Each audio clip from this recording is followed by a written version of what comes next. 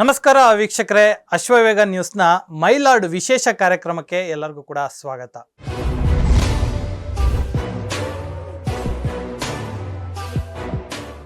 ಈಗ ರಾಜ್ಯದಲ್ಲಿ ಸಾಕಷ್ಟು ಗದ್ದಲ ಮಾಡ್ತಿರುವಂತಹ ವಿಚಾರ ಅಂದ್ರೆ ಅದು ಹನಿ ಟ್ರ್ಯಾಪ್. ಏನಿದು ಹನಿ ಟ್ರ್ಯಾಪ್?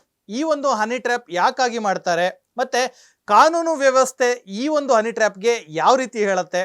ಯಾಕಂದ್ರೆ ಇಲ್ಲಿ ಬರೀ ಪೊಲಿಟಿಷಿಯನ್ಸ್ ಅಷ್ಟೇ ಅಲ್ಲದೆ ಕಾರ್ಪೊರೇಟರ್ಗಳಾಗಿರ್ಬೋದು, ಪೊಲೀಸರಾಗಿರ್ಬೋದು, ಬಿಸ್ನೆಸ್ ಮ್ಯಾನ್ಗಳಾಗಿರ್ಬೋದು, ಸಾಕಷ್ಟು ಜನರು ಈ ಒಂದು ಹನಿ ಟ್ರ್ಯಾಪ್ ಅಲ್ಲಿ ಬೀಳ್ತಾನೆ ಇರ್ತಾರೆ, ಈಗಲೂ ಬೀಳ್ತಾನೆ ಇದ್ದಾರೆ.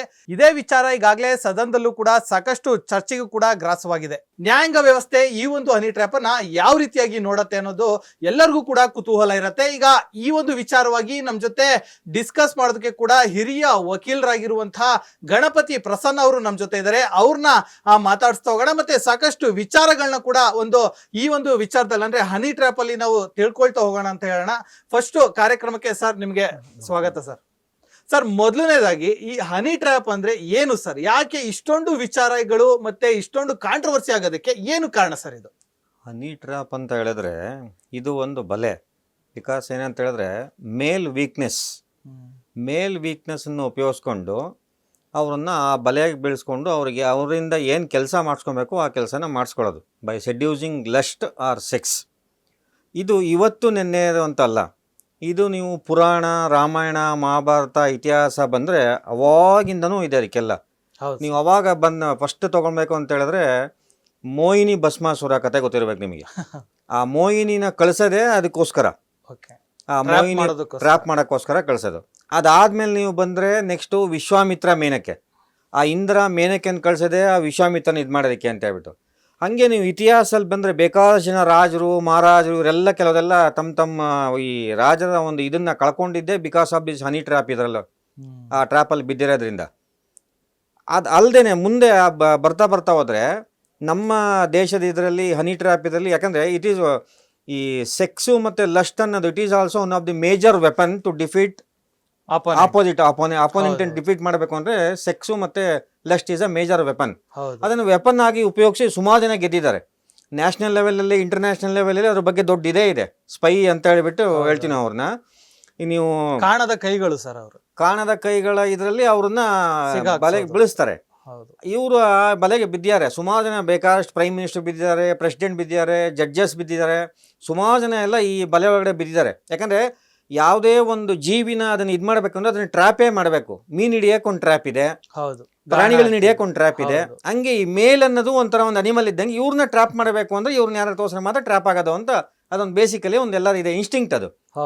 ಆ ಇದಕ್ಕೋಸ್ಕರ ಇವ್ರು ಅದನ್ನು ಉಪಯೋಗಿಸ್ತಾ ಇರೋದ್ರಿಂದ ಇವಾಗ ನೀವು ಇಂಟರ್ನ್ಯಾಷನಲ್ ಲೆವೆಲಲ್ಲಿ ತೊಗೊಂಡ್ರೆ first world war, second world ವಾರಲ್ಲಿ ಸುಮಾರು ಜನ ಈ ಥರದ್ದು ಅದಕ್ಕೋಸ್ಕರನೇ appointed in so many nations ಅಲ್ಲಿ. ಅದರಲ್ಲೂ ಮಿಲಿಟರಿಯಲ್ಲೂ ಕೂಡ ಸಾಕಷ್ಟು ಆಗಿರುವಂತದ್ದು ನೋಡಿದೀವಿ. ಮಿಲಿಟರಿಯಲ್ಲೂ ಬೇಕಾದಷ್ಟು ಜನ ಇದ್ದಾರೆ. ಮಿಲಿಟರಿಯಲ್ಲೂ ಬೇಕಾದಷ್ಟು ಇದರಲ್ಲಿ ಈ ಹನಿ ಟ್ರ್ಯಾಪ್ ಇದರಲ್ಲಿ ಬಿದ್ದಿದ್ದಾರೆ. ಅದು ಈಗಂತೂ ಬೇರೆ ಬೇರೆ ದೇಶ ಇದರಲ್ಲೆಲ್ಲ ಬಂದ್ಬಿಟ್ರೆ ನೀವು ಅವರು ಈ ISI ಇರ್ಬೋದು ಅಥವಾ ರಷ್ಯನ್ KGB ಇರ್ಬೋದು, ಇವರೆಲ್ಲ ಉಪಯೋಗಿಸ್ತಿರೋದೇ ಈ ಹನಿ ಟ್ರ್ಯಾಪ್ ಇದರಿಂದ. Indirectly they want some information. WhatsApp ಮುಖಾಂತರ ಅಥವಾ ಫೇಸ್ಬುಕ್, ವಾಟ್ಸಪ್, ಇನ್ಸ್ಟಾಗ್ರಾಮ್ ಇದರಲ್ಲೆಲ್ಲರೂ ಹನಿ ಟ್ರ್ಯಾಪ್ ಮೂಲಕನೇ ಅವ್ರನ್ನ ಬಲೆಗೆ ಬೆಳೆಸ್ಕೊಳ್ಳೋದು. ಬಿಕಾಸ್ ಅವರು ಇಂಟ್ಯಾಂಜಿಬಲ್ ಆಗಿ ಕಾಣದೇ ಇರೋ ಥರ ಬರ್ತಾರೆ. ಫಸ್ಟು ಫ್ರೆಂಡ್ಲಿ ಅಪ್ರೋಚು ಎಲ್ಲ ಮಾಡ್ಕೊಂಡು ಬರ್ತಾರೆ. ಆಮೇಲೆ ಇವ್ರ ಹತ್ರ ಇನ್ಫಾರ್ಮೇಶನ್ ಮಾಡಿಸೋದ್ರೆ ಇದರಲ್ಲಿ ನಮ್ಮ ಇದರಲ್ಲಿ ಹೇಳ್ಬೇಕಂದ್ರೆ ನಮ್ಮ ಅಫಿಷಿಯಲ್ ಸೀಕ್ರೆಟ್ಸ್ ಆ್ಯಕ್ಟ್ಸ್ ಬರುತ್ತೆ ಇದರಲ್ಲಿ.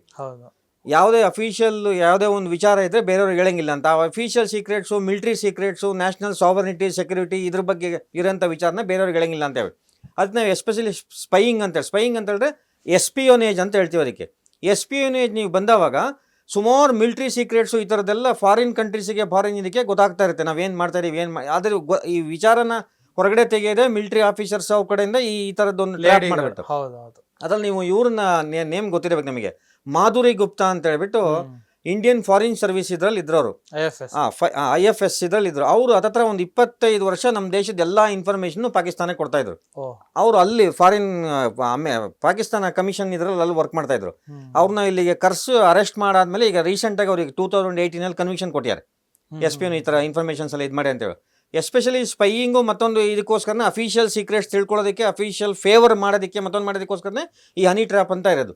ಆದಷ್ಟು ಬೇಗ ಆಗೋದು ಅಂದರೆ ಈ ಹನಿ ಟ್ರ್ಯಾಪ್ ಇದರಲ್ಲೇ ಬೇರೆ ಸರ್ಕಾರಿ ಕೆಲಸಗಳು ಮತ್ತೊಂದೆಲ್ಲ ಆಗೋದು ಈ ಹನಿ ಟ್ರ್ಯಾಪೇನೆ. ಬೇಗ ಗ್ರ್ಯಾಂಟ್ ಆಗಬೇಕು, ಮತ್ತೊಂದು ಆಗಬೇಕು, ಟೆಂಡರ್ ಬೇಗ ನಮಗೆ ಸಿಗಬೇಕು, ಇದೆಲ್ಲದಕ್ಕೂ honey trap is a biggest weapon, easiest way to approach directly ಅಂತ.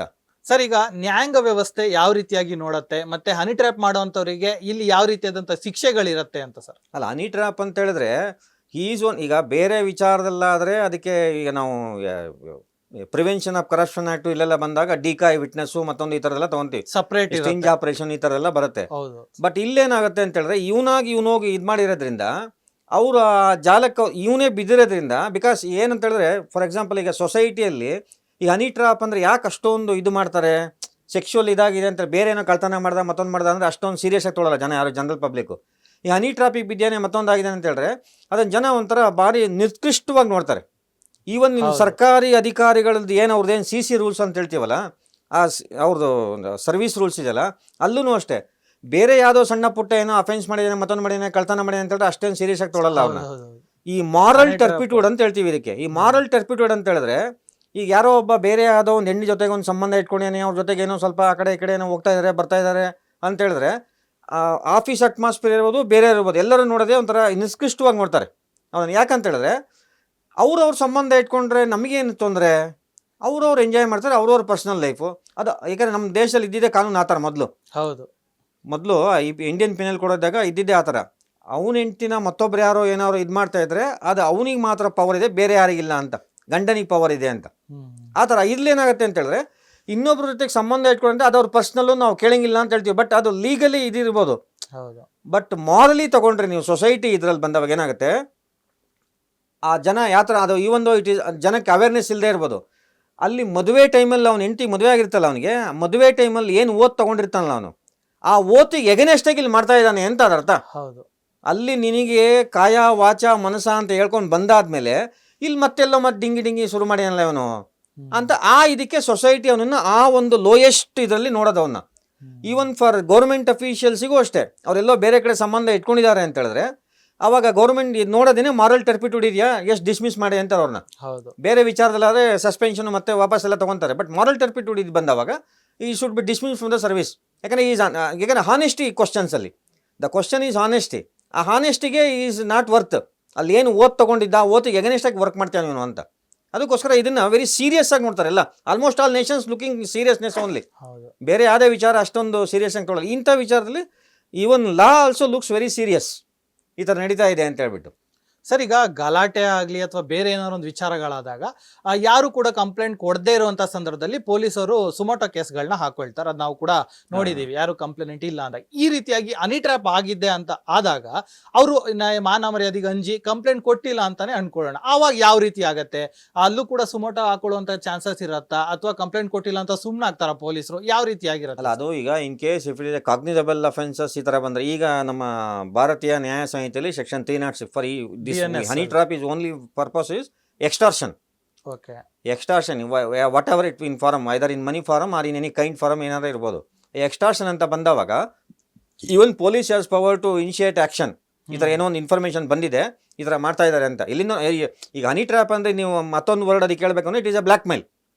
ಇಂಡೈರೆಕ್ಟ್ಲಿ ಬ್ಲ್ಯಾಕ್ ಮೇಲ್, ಸುಲಿಗೆ ಮಾಡೋದಕ್ಕೋಸ್ಕರನೇ ಮಾಡ್ತಾ ಇರೋದು. ಬಿಟ್ಟರೆ ಆಮೇಲೆ ಅದನ್ನು ಇಟ್ಕೊಂಡು ಅವ್ರ ಫೋಟೋನೋ ವಿಡಿಯೋನೋ ಮತ್ತೊಂದು ಇಟ್ಕೊಂಡು ಎಕ್ಸ್ಟೆನ್ಷನ್ ಮಾಡ್ತಾರೆ, ಇಲ್ಲ ಕೆಲಸ ಮಾಡಿಸ್ಕೊತಾರೆ ಅಫಿಷಿಯಲ್. ಅದಕ್ಕೋಸ್ಕರ ಈ 308 ಬಂದಾಗ, ಈ 308 ಮೊದಲು 383 IPCಯಲ್ಲಿ, ಈಗ 308 ಬಂದಾಗಿಂದ ಇದು ಕಾಗ್ನಿಸಬಲ್ ಅಫೆನ್ಸಸ್ ಆಗಿರೋದ್ರಿಂದ 7 years 10 years ಇದೆ. 308 ಸಬ್ ಕ್ಲಾಸ್ 6 ಮತ್ತು 308 7 ಬಂದವಾಗ ಅದನ್ನು cognisable they can suo motu initiate ಮಾಡಿ ಅದ್ರ ಬಗ್ಗೆ ತೊಗೊಬೋದು, ಯಾರು ಈ ಥರ ಮಾಡ್ತಾಯಿದ್ರು ಏನು ಮಾಡ್ತಾಯಿದ್ರು ಅಂತ ಹೇಳ್ಬಿಟ್ಟು. ಬಟ್ ಇಟ್ ಈಸ್ ಈ ಪ್ರೈವೇಸಿ ವೈಲೇಷನ್ ಆಗುತ್ತೆ ಅಂತ ಬಂದ್ಬಿಡುತ್ತೆ. ರೈಟ್ ಟು ಲೈಫಲ್ಲಿ ಪ್ರೈವೇಸಿ ಇದೆ, ಅವರು ಮಾಡ್ತಾಯಿದ್ದಾರೆ ಅಂತ ಹೇಳ್ಬಿಟ್ಟು ಪಬ್ಲಿಕ್ಕಿಗೆ ಇದಾಗೋದಿಲ್ಲ. ಈಗ ಅನ್ಜಸ್ಟ್ ಎನ್ರಿಚ್ಮೆಂಟ್ ಆಗಬಾರ್ದು ಬೇರೆಯವ್ರಿಗೆ ಅನ್ನೋದು ಕಾನೂನು ಇದೆ. ಬಟ್ ಅಟ್ ಈಸ್ ನಾಟ್, ಈಗ ನಮ್ಮ ಅಫೆನ್ಸ್ ಇದರಲ್ಲಿ ಬರಲ್ಲ ಅದು. ಅದಕ್ಕೋಸ್ಕರ ದೇ ಆರ್ ನಾಟ್, ಅವರು ಬರಲ್ವಲ್ಲ, ರಿವೀಲ್ ಮಾಡೋದಿಲ್ಲ. ನನಗೆ ಹಿಂಗಾಗಿದೆ ಅಂತಲೂ ಬರೋದಿಲ್ಲ ಯಾರು. ಈಗ ನಿಮಗೆ ಇವ್ರು ನಮ್ಮ ನಿತ್ಯಾನಂದ ಕೇಸ್ ಗೊತ್ತಿರಬೇಕು, ಅದರಲ್ಲಿ ಯಾರು ಏನು ಹೊರಗಡೆಯಿಂದ ರೇಪ್ ಆಗಿದೆ ಮತ್ತೊಂದು ಆಗಿದೆ, ಅವ್ರು ರೇಪ್ ಆಗಿರೋರೇ ಬಂದು ಹೇಳಿಲ್ಲ. ಈ ಒಂದು ಕಾಗ್ನಿಸಬಲ್ ಅಫೆನ್ಸ್ ಅವ್ರು ಬಂದು ಹೇಳ್ತಾ ಇಲ್ಲ, ಇವ್ರು ಯಾರು ಬಂದು ಹೇಳ್ತಾ ಇದ್ರಲ್ಲ ಅಂತ. ಅದಕ್ಕೆ ಆ ವಿಕ್ಟಿಮೇ ಬಂದು ಹೇಳಿಲ್ಲ ಅಂತಂದ್ರೆ ಅದ್ರಲ್ಲಿ ಏನು ಇದಾಗೋದಿಲ್ಲ, ಅದಕ್ಕೆ ಇಲ್ಲ ಸ್ಟ್ಯಾಂಡ್ ಆಗೋದಿಲ್ಲ, ಮತ್ತು ಅದಕ್ಕೆ ಸಪೋರ್ಟಿಂಗು ಸಿಗಲ್ಲ. ಕೋರ್ಟ್ ಬಿಲೀವ್ ಮಾಡಲ್ಲ ಅದನ್ನು. ಅದಕ್ಕೋಸ್ಕರ ಸರ್, ಈಗ ಇನ್ನೊಂದು ವಿಚಾರ ಏನಂತಂದ್ರೆ, ಈಗ ಯಾವ್ದೋ ಒಂದು ಯುವತಿನೋ ಅಥವಾ ಮಹಿಳೆನೋ ಅವರನ್ನ ಇಲ್ಲಿ ಕರ್ಕೊಬಂದು ಹನಿ ಟ್ರ್ಯಾಪ್ಗೆ ಬೀಳಿಸ್ತಾರೆ, ಹೌದು. ಆದ್ರೆ ಇಲ್ಲಿ ಆಕೆಗೆ ಬೇರೆ ರೀತಿಯಾಗಿ ಬ್ಲ್ಯಾಕ್ ಮೇಲ್ ಏನಾದ್ರು ಮಾಡಿ ಆ ರೀತಿಯಾಗಿ ಅವ್ರನ್ನ ಕರ್ಕೊಬಂದಾಗ ಆಕೆ ಆರೋಪಿ ಆಗ್ತಾಳ ಅಥವಾ ಯಾವ ರೀತಿ ಆಗತ್ತೆ ಸರ್ ಅದು? ಅಲ್ಲ, ಅವಳು he is the scapegoat. ಅವಾಗ she is also a victim. ಅವರು ವಿಕ್ಟಿಮ್, ಇವರು ವಿಕ್ಟಿಮೇನೆ. ಇದು ಹಿಂದ್ಗಡೆ ಯಾರು ಇದ್ದಾರೆ ಅಂತ ನೋಡ್ಬಿಟ್ಟು ಅವ್ರನ್ನ under what threat, under what inducement ಅವಳನ್ನ ಆ ಕೆಲಸಕ್ಕೆ ಉಪಯೋಗಿಸ್ಕೊಂಡ್ರು ಅಂತ ಬೇಕಲ್ಲ. ಅವಳಿಗೆ ಮತ್ತೇನೋ ಒಂದು ಆಫರ್ ಕೊಟ್ಟಿರ್ಬೋದು, ಇವರು ಕೆಲಸ ಕೊಡ್ತೀನಿ, ಗೌರ್ಮೆಂಟ್ ಕೆಲಸ ಕೊಡ್ತೀನಿ, ಮತ್ತೊಂದೇನೋ ಮಾಡೋ ಅವ್ರು ಆ ಇದಕ್ಕೆ ತಳಿರ್ಬೋದು.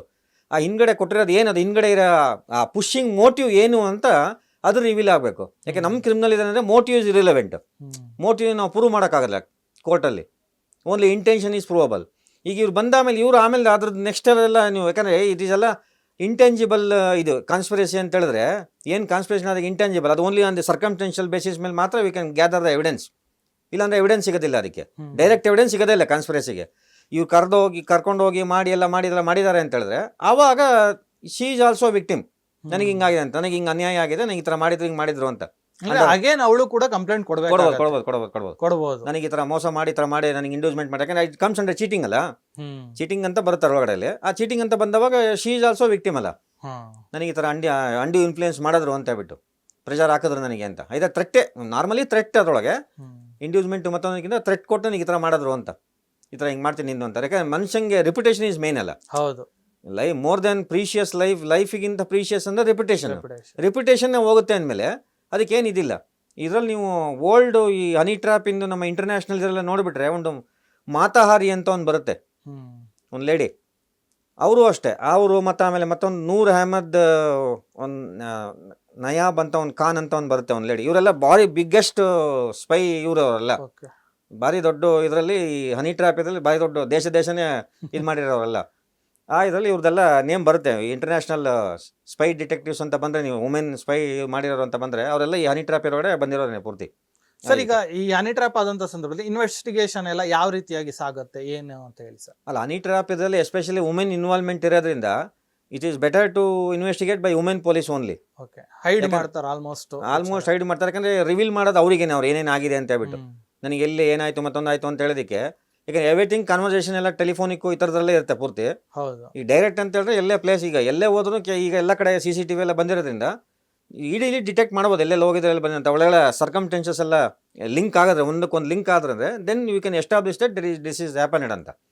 Otherwise it is not possible to infer that ಇದು ಹಿಂಗಾಗಿದೆ ಅಂತ ಡೈರೆಕ್ಟಾಗಿ. ಅವ್ರಿಗೆ ಕಾಂಟ್ಯಾಕ್ಟ್ ಹೆಂಗಾಯಿತು, ಕಾಂಟ್ಯಾಕ್ಟ್ ಆದಮೇಲೆ ಏನೇನೆಲ್ಲ ಅಫಿಷಿಯಲ್ ಫೇವರ್ಸ್ ಏನೇನಾಗಿದೆ ಅಂತ, ಇಲ್ಲ ಅಫಿಷಿಯಲ್ ಏನಾರು ಬೇರೆ ಏನಾರು ನಡೆದಿದೆಯಾ ಅಂತ, ಅವ್ರ ಕಡೆಯಿಂದ ಬೇರೆ ಯಾರು ಕೆಲಸ ಮಾಡಿಸ್ಕೊಂಡ್ರ ಅಂತ ಇದಕ್ಕೆ. ಸರ್, ಈಗ ಈ AI ಕೂಡ ಬಂದಿರುವಂಥದ್ದು, ಆರ್ಟಿಫಿಷಿಯಲ್ ಇಂಟೆಲಿಜೆನ್ಸ್ ಅಂದರೆ ಒಂದು ರೀತಿ ಟೆಕ್ನಾಲಜಿ ಇಂಪ್ರೂವ್ ಆಗ್ತಿದ್ದಂಗೆ ಅದು ನಮಗೆ ಪ್ಲಸ್ ಕೂಡ ಆಗುತ್ತೆ, ಮೈನಸ್ ಕೂಡ ಆಗುತ್ತೆ.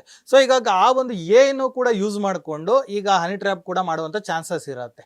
ಅಂದರೆ ಈಗ ಬೇರೆ ಫೇಸಸ್ಗಳನ್ನ ಹಾಕೋದು, ಆ ವಿಡಿಯೋಸ್ಗಳನ್ನ ಎಡಿಟ್ ಮಾಡೋದು, ಅದು ಒಬ್ಬ ವಿಕ್ಟಿಮಿಗೆ ಕಳಿಸುವಂಥದ್ದು, ಬ್ಲ್ಯಾಕ್ ಮೇಲ್ ಮಾಡುವಂಥದ್ದು, ಈ ರೀತಿಯಾದಾಗ ಏನು ಮಾಡ್ಬೋದು ಸರ್? ಆ ಥರ ಇದಲ್ಲ ಅಂತ ಹೇಳಿದ್ರೆ ಅದನ್ನು ನಾವು ಅವ್ರನ್ನೆಲ್ಲ ಅದು ಏನು ಕೊಡ್ತಾರಲ್ಲ ಮೆಟೀರಿಯಲ್ಲು, ಆ ಮೆಟೀರಿಯಲ್ ಕೊಟ್ಟಿದ್ದನ್ನು ಇವರು ಸೀಜ್ ಮಾಡಿ ಅದನ್ನು FSLಗೆಲ್ಲ ಕಳಿಸ್ತಾರೆ. ಇದು ರಿಯಲ್ಲ, ಜಿನೇನ್ ಇದೆಯೋ ಇಲ್ಲವೋ ಅಂತ ಹೇಳ್ಬಿಟ್ಟು. ಯಾಕಂದರೆ ಈಗ ನಾರ್ಮಲಿ ನಿಮ್ಗೆ ಗೊತ್ತಿರಬೇಕು, ಮಿಮಿಕ್ರಿ ಆರ್ಟಿಸ್ಟನ್ನೇ ಅವ್ರ ವಾಯ್ಸ್ ಅದೇ ಥರ ಮಾತಾಡಿ. ಈಗ ರೀಸೆಂಟಾಗೆ ಅಲ್ಲಿ ನಮ್ಮ ಒಂದು ಈ ಗೋಲ್ಡ್ ಇದರಲ್ಲಿ ಇದಾಯಿತು, ಅದರಲ್ಲಿ ಒಬ್ಬರು MP ವಾಯ್ಸಲ್ಲೇ ಮಾತಾಡಿ ಅವ್ರಿಗೆ ಒಂದು 14 kgs ಆಫ್ ಗೋಲ್ಡ್ ಇದು ಮಾಡಿದ್ರು ಅಂತ ಬಂತು. ಒಬ್ಬರು ಇಲ್ಲಿ ಯಾವುದೋ ಒಂದು ಗೋಲ್ಡ್ ಶೋರೂಮಿಗೆ ಆ ಲೇಡಿ ಹೋಗಿ ಅವ್ರ ಹತ್ರ ಈ ಥರ ನನಗೆ ಅಲ್ಲಿ MP ಮಾತಾಡ್ತಾ ನೋಡಿ ಅಂತ ಹೇಳ್ಬಿಟ್ಟು, ಅವರು ಈ ನಮ್ಮ ಯಾವುದೋ ಬೆಂಗಳೂರು ಆ ಕಡೆ ರಾಮನಗರ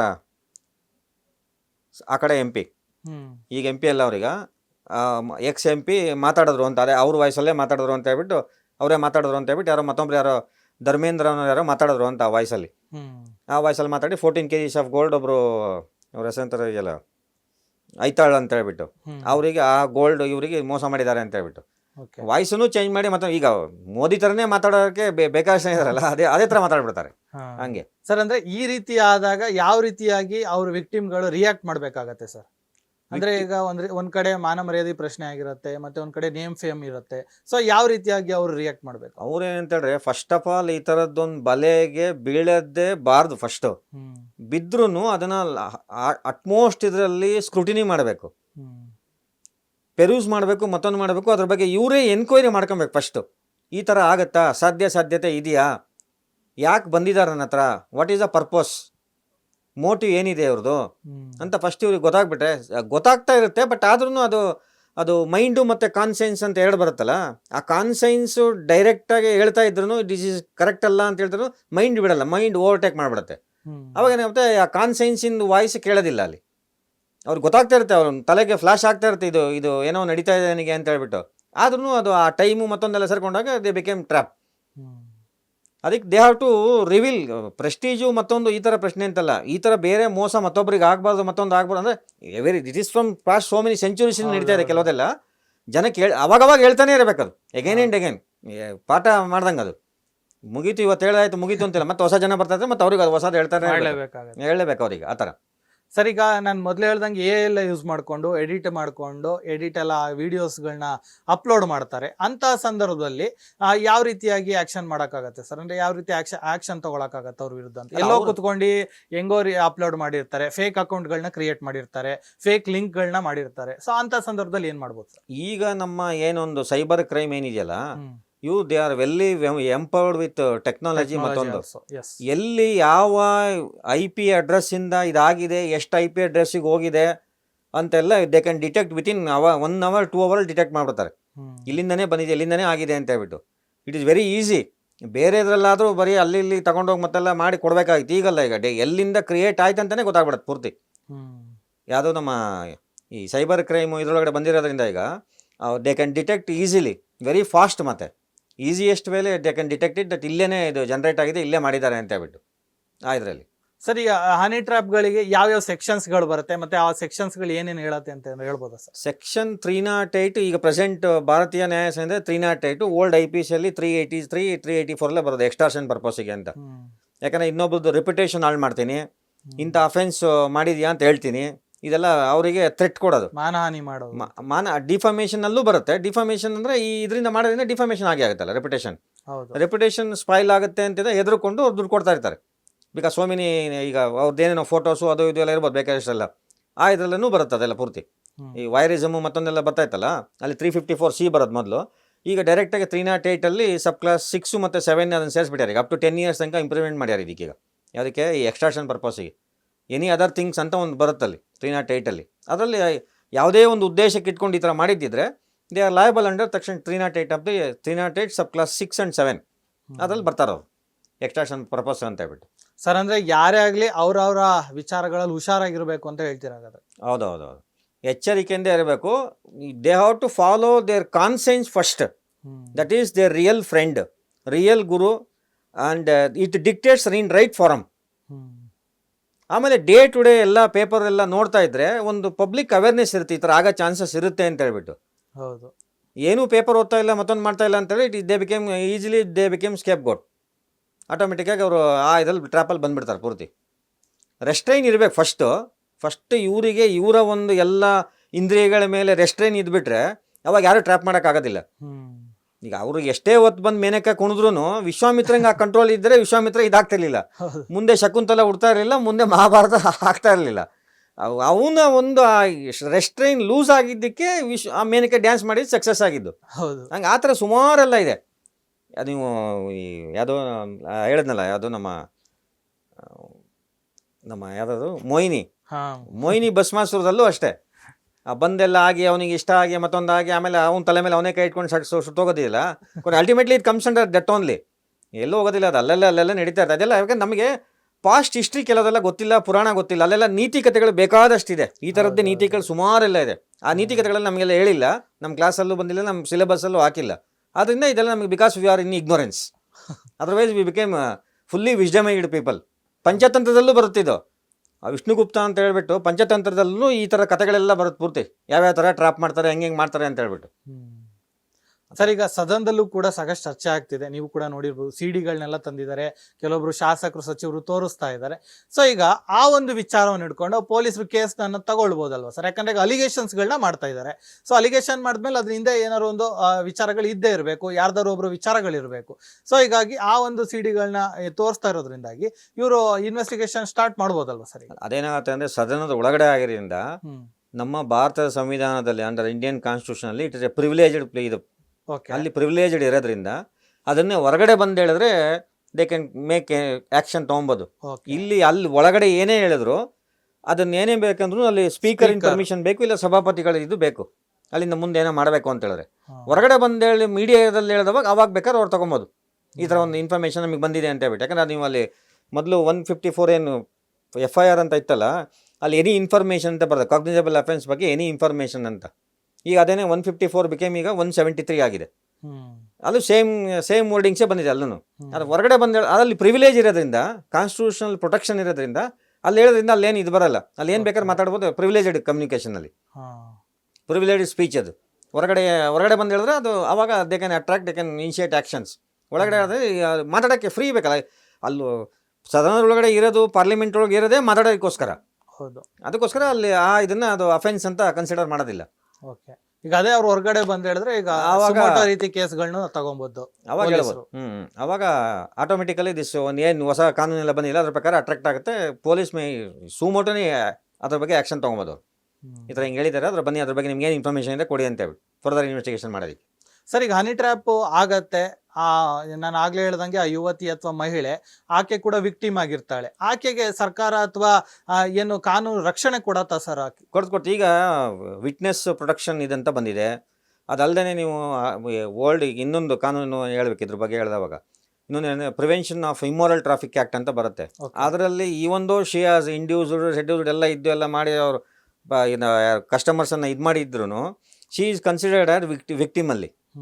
ಅದೇ ಥರ ಇಲ್ಲೂ ಅಷ್ಟೇ, ನನಗೆ ಮತ್ತೊಂದು ಥ್ರೆಟ್ಟು, ಫೋರ್ಸು ಈ ಥರದ್ದೆಲ್ಲ ಇದ್ದು ಯಾವುದೋ ಒಂದು ಕ್ರಿಮಿನಲ್ ಅಸಾಲ್ಟ್ ಮಾಡ್ತೀನಿ, ಮತ್ತೊಂದು ಮಾಡ್ತೀನಿ ಅಂತ ಹೇಳಿದವಾಗ I became force to do this act ಅಂತ. ಆವಾಗ that person is liable and that circumstances ಅವರಿಗೆ ವಿತ್ ಎಲ್ಲ ಇದನ್ನು ಪ್ರೊಟೆಕ್ಷನ್ ಎಲ್ಲ ಕೊಡಬೇಕು ಅಂತ ಈಗ ಹೊಸ ಇದೇ ಬಂದ್ಬಿಟ್ಟಿದೆ. ಅದಲ್ಲದೆ ಮತ್ತೆ ಇನ್ನೊಂದು ಹೊಸದೇನಂತ ವಿಜಲ್ ಬೌಲರ್ ಅಂತ ಹೇಳ್ತೀವಲ್ಲ ನಾವು, ವಿಜಲ್ ಬೌಲರಿಗೂ ಪ್ರೊಟೆಕ್ಷನ್ ಕೊಡಬೇಕಂತ ಶುರುವಾಗಿದೆ. ಈಗ CBI ಕೇಸಸ್ಸು, ಬೇರೆ ಬೇರೆ ಕೇಸಸ್ ಎಲ್ಲ ಬರ್ತೀವಲ್ಲ, ಅಲ್ಲಿ ಬಂದಾಗಲೂ ಅಷ್ಟೇ ಅದಕ್ಕೂ ಅವ್ರಿಗೂ ಪ್ರೊಟೆಕ್ಷನ್ ಕೊಡಬೇಕು ಅಂತ, ಯಾರಂತ ರಿವೀಲ್ ಮಾಡೋಂಗಿಲ್ಲ ಅಂತ. ಇನ್ ಕೇಸ್ ಇನ್ಫಾರ್ಮೇಷನ್ ಕೊಟ್ಟರೆ ಮತ್ತೆ ಅವನಿಗೆ ತೊಂದರೆ ಆಗುತ್ತೆ, ಅವ್ನ ಲೈಫಿಗೆ ಮತ್ತೊಂದಕ್ಕೆಲ್ಲ ತೊಂದರೆ ಆಗುತ್ತೆ, ಫ್ಯಾಮಿಲಿಗೆ ಅಂತ ಹೇಳ್ಬಿಟ್ಟು ಅವನಿಗೂ ಪ್ರೊಟೆಕ್ಷನ್ ಕೊಡಬೇಕಂತ ವಿಜಲ್ ಬೌಲರ್ ಆ್ಯಕ್ಟೂ ಈಗ ಎನ್ಫೋರ್ಸ್ಮೆಂಟಿಗೆ ಬಂದಿದೆ ಆಲ್ರೆಡಿ ಇವಾಗ. ಸರ್, ಈಗ ಒಂದು ವೇಳೆ ಸರ್ಕಾರಿ ಅಧಿಕಾರಿಗಳು ಈ ಒಂದು ಹನಿ ಟ್ರ್ಯಾಪಲ್ಲಿ ಬಿದ್ದರು, ಆಗ ಅವರಿಗೆ ಯಾವ ರೀತಿಯಾಗಿ ಇದಾಗತ್ತೆ ಸರ್? ಅಂದ್ರೆ ಅವರಿಗೆ ಕೆಲಸದಿಂದ ತೆಗ್ದಾಕ್ತಾರ ಅಥವಾ ಸಸ್ಪೆಂಡ್ ಮಾಡುವಂತ ಏನಾದ್ರು ಆದೇಶ ಆಗತ್ತಾ? ಇದನ್ನು ಯಾವ ರೀತಿಯಾಗಿ ಆಗುತ್ತೆ? ಸಸ್ಪೆಂಡ್ ಅಂತ ಹೇಳಿದ್ರೆ it is not comes under is official duty.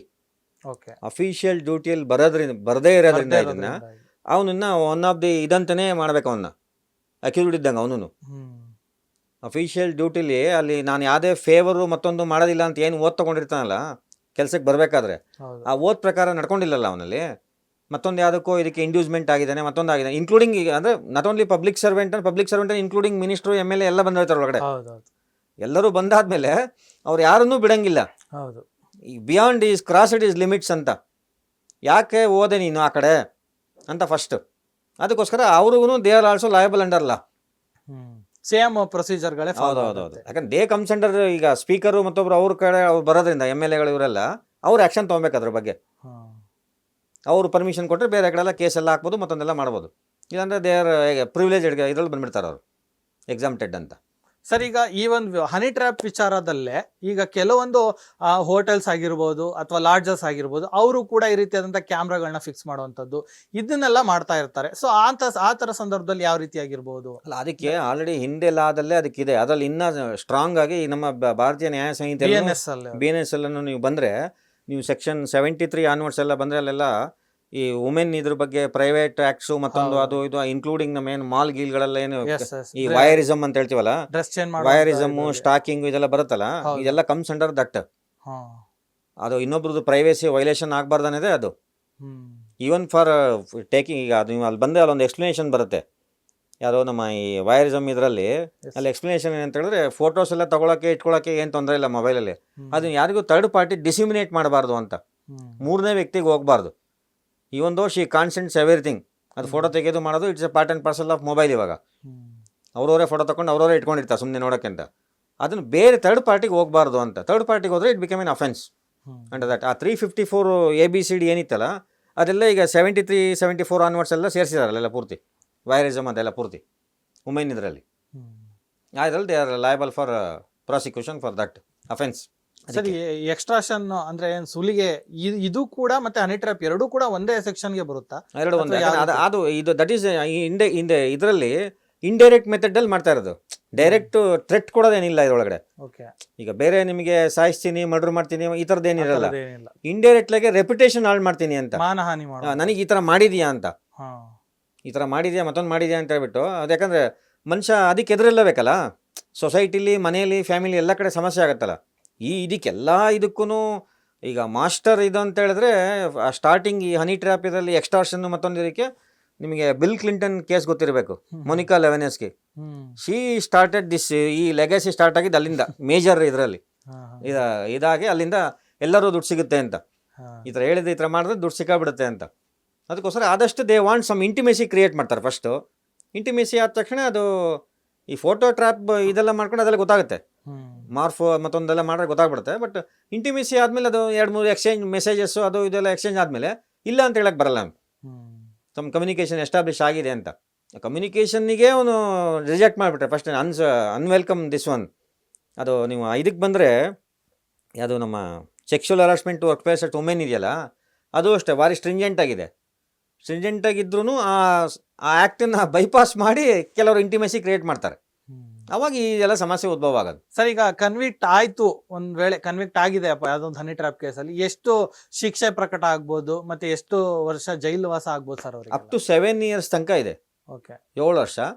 A1 A2 ಇಬ್ರಿಗೂ ಬೋತ್ ಕಾನ್ಸ್ಪೈರ್ ಟುಗೆದರ್ ಅಲ್ಲ, ಹಾ, ಬೋತ್ ಕಾನ್ಸ್ಪೈರ್ ಟುಗೆದರ್ ಆಗಿರೋದ್ರಿಂದ ಅಥವಾ ನಮ್ದೇನು ಇನ್ವಾಲ್ವ್ಮೆಂಟೇ ಇಲ್ಲ, ಐ ಆಮ್ ಟೋಟಲಿ ನಾನೇ ವಿಕ್ಟಿಮು, ಈ ಥರ ಬಂದಾಗ ಇನ್ವಾಲ್ವ್ಮೆಂಟ್ ಇಲ್ಲ ಅಂತ ಹೇಳಕ್ಕೆ ಬರಲ್ಲ. ನಾನು ಅದರೊಳಗೆ ಸೇರ್ಕೊಂಡಿರ್ತೀನಲ್ಲ, ಅವನು ಇನ್ನೂ ಇನ್ವೆಸ್ಟಿಗೇಷನ್ನು ಮತ್ತೊಂದೆಲ್ಲ ಇದ್ದಾವಾಗ ನಾನು ಇರೋದ್ರಿಂದ ನನಗೂ ಒಂದು ಸೇಮ್ ಈಕ್ವಲೇ ಕೊಡಬೇಕಲ್ಲ ಇಬ್ರಿಗೂ ಇದಕ್ಕೆ.